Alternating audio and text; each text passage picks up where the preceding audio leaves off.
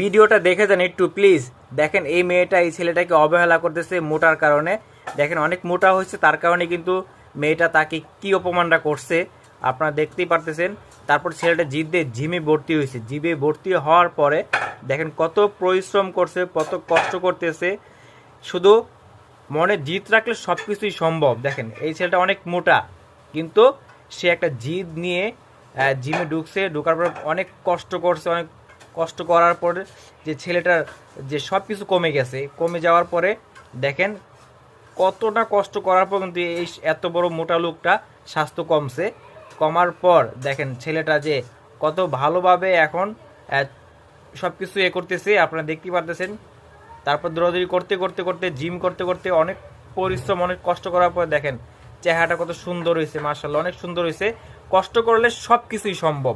মনে জিদ রাখা লাগে, মনে জিদ নিয়ে সব কিছু করা লাগে।